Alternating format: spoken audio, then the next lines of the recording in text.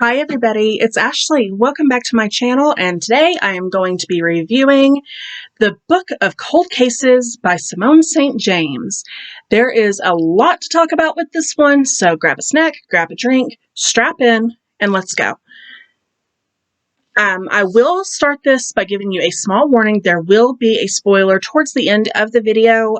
I will say what it is, say when it's coming, and put an alert on the screen so that you can either leave the video if you choose or mute it until the spoiler alert goes away, just so you're not spoiled if you have not read this already. But there is an element of the ending that I have to discuss because it does affect the way that I rated this book. So let's talk about the Book of Cold Cases. I decided to pick this up because I was obsessed with The Sundown Motel by Simone St. James. I read that a couple of months ago, I think, and it was absolutely incredible. It remains my favorite book of the year so far.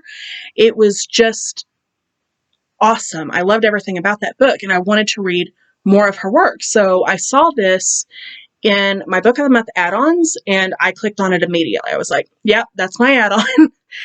I want to read Simone St. James. I didn't even read what this was about. I didn't care. So in this book, we're following two timelines, two characters, and the stories do kind of intermingle. So in 2017, we're following Shay, and she is our main character for the majority of this book. She runs a true crime podcast website thing called The Book of Cold Cases, where she delves into cold cases with new evidence and tries to solve them with a true crime community. And it's actually a really, really cool idea. I really like that a lot. And she also works in her daytime hours to actually pay the bills in a doctor's office. She's a receptionist there. And one day, she recognizes this woman named Beth, who was tried and acquitted for the lady killer cases in 1977. And Beth's point of view is the second one that we follow, and when we follow hers, it's in 1977 when all that was going on. So it's like the two stories do meld together.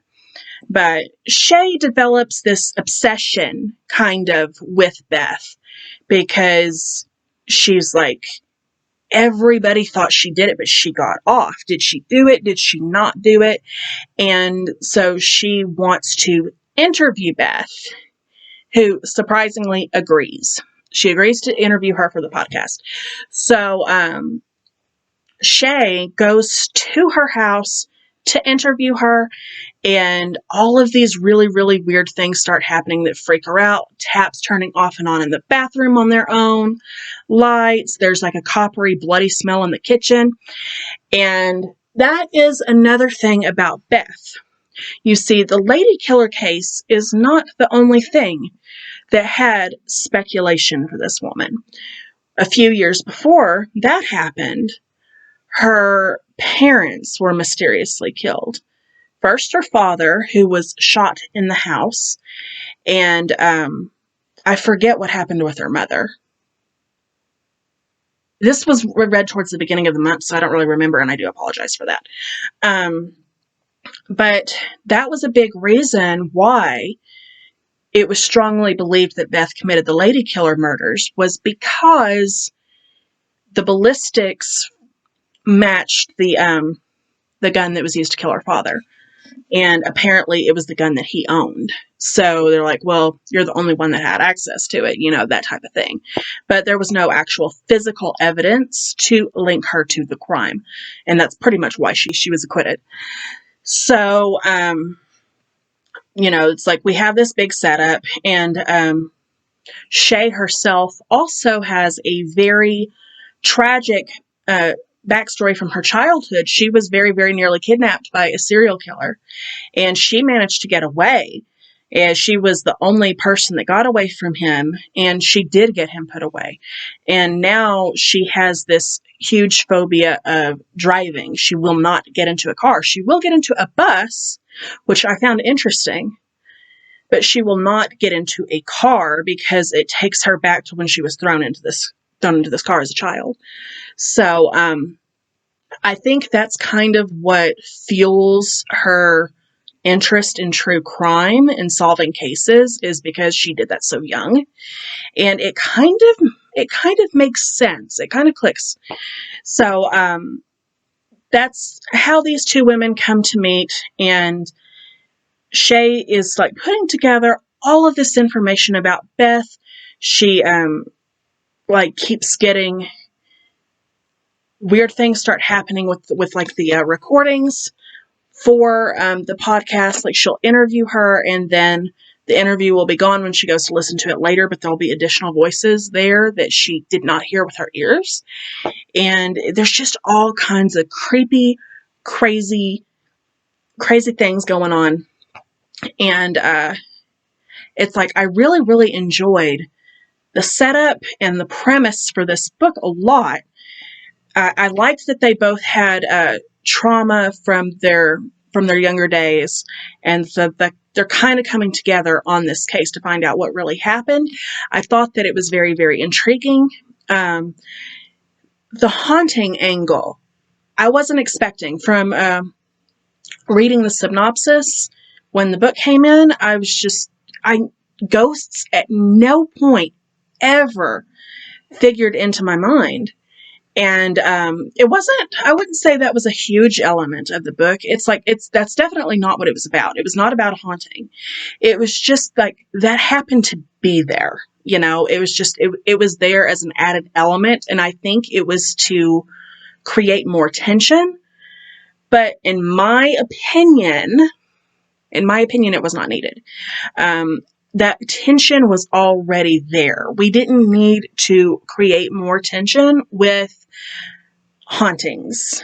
I mean, maybe a couple of instances, and I would have preferred it to be with Beth, because, she's the one whose father was killed in this house. She still lives there. All this horrible stuff happened there. Like, I could see her hallucinating and seeing something, but like, not necessarily have it be like a haunting, but like she's haunted by her past. It's like memories, not like actual ghosts.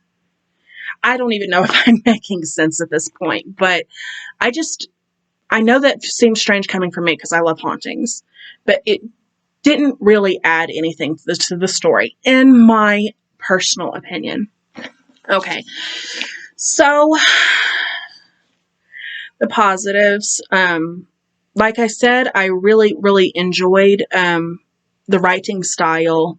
I felt like I was there in it. And I think that is a talent for Simone St. James. And I really, really enjoyed that element a lot. I felt like I was there in 2017. I felt like I was there in 1977. So props to her for that. I did enjoy being in Shay's head way more than in Beth's. Beth's personality is kind of cold and kind of sarcastic and crude to a degree. So I can kind of see why people would think that she did these things, because she has such a I could care less type of an attitude. Like even when she was being interviewed by the police and all of this. So it's like, I can kind of see where the suspicion came from, but I didn't like reading from her point of view as much. It's just, she kind of rubbed me the wrong way, but I think that was the point. I think it was supposed to be reasonable doubt, and you were supposed to question as the reader if she really did do this maybe, and she got away with it. So, I mean, I'm pretty sure that was the point. Let's see. The things that I don't like I said, I didn't think the haunting element was needed.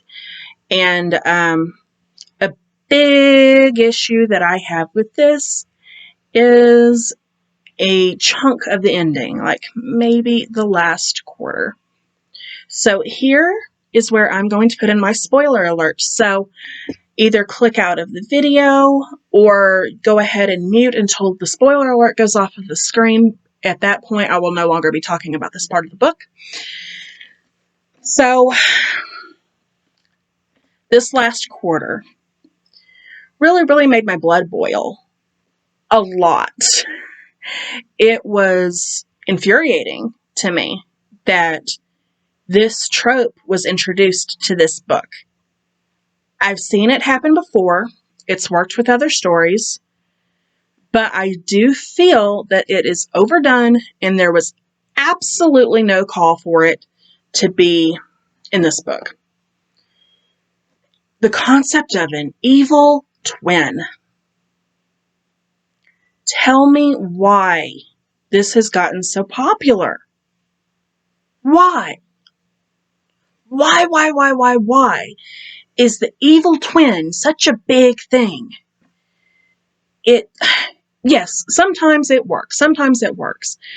But it reaches a certain point where you can't help but roll your eyes and think, this again? And that was my reaction to this. Okay. So, turns out, Beth has an evil twin. And she was responsible for everything. For Daddy. For the lady killer cases. Well, okay. She's not a twin. Okay, I'll take that back. But it's the same concept. You know what I mean? It is the exact same concept. She is a sister. She's older by 2 years. She's 2 years older, but they look identical. They look exactly alike. So it's basically the twin thing with a spin on it. And this girl, basically, she was the mother's illegitimate child from a previous relationship, and it was a predatory relationship. Their mother got pregnant at 15 by a much older man who preyed on her. And rather than get her help, the family was ashamed or whatever, they sent her off to live in a home until the baby was born, and then it was put up for adoption. And that was the girl. But, when she gets older, she tracks the girl down, and she starts feeling guilty about giving her up. So she'll bring her around for Christmas every year. I forget how old they were when they started doing this. I want to say 8 and 10. The girls were 8 and 10 years old when they started having their Christmases together. And it's like right away, this girl was a negative influence in the house, even though she was only there for 1 day out of the year. Or 1 day or 1 week, something like that. It was for Christmas. It might have been a week. And it's like they kind of create this unique sisterly bond. And Beth does really like her at first, but then she starts to scare her with some of the things that she says, and she doesn't really like her anymore. And this other girl starts getting jealous of what she sees should have been her life. And so that's why she does all these things, is because that was supposed to be her life. And Beth got it, so she's going to frame Beth for all these things so that she can have the house, which is just completely ludicrous in my opinion. I'm just like, what makes you think you're going to get the house in the first place? Even if I never understood that reasoning.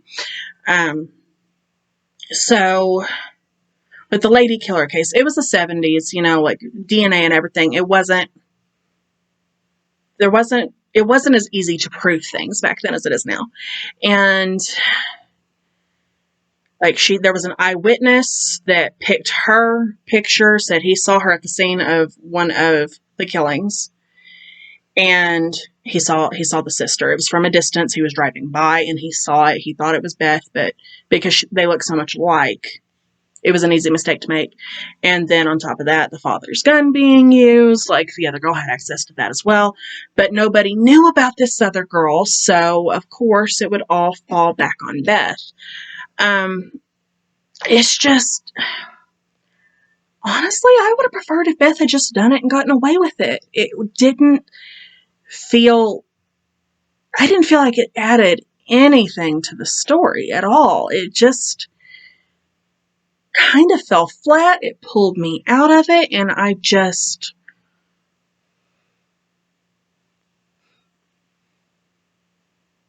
was so disappointed. Alright, so that is the end of my spoiler alerts. So there was that. And let's see.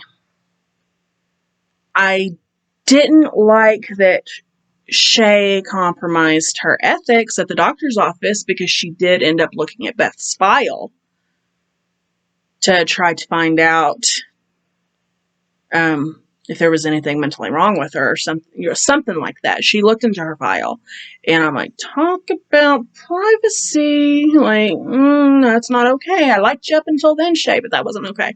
That wasn't cool to do. And especially when you think about how many cases that she liked to look at. Yeah, this book just focused on this one, but it was clear that she did others. So I'm like, do you just look into everybody's file that you have a question about? Like, that is so not okay. It really, really made me question her as a character, like, on if I even liked her at all anymore. So there is that. I don't know what else to say about that. So overall, I gave this book, I think it was a 4. I'll update it in editing, but I'm pretty sure I gave this a 4. I did enjoy it a lot. I do think I would reread it again, but like I said, it's not one of my favorites, and I would have loved for the ending to be different, but that's just personal preference for me. Okay, so that is all that I have for you guys today. If you liked this video, please make sure to like, subscribe, comment, follow me on the social medias, click that bell if you want to be notified of all of my upcoming videos, and I will see you guys next time. Bye.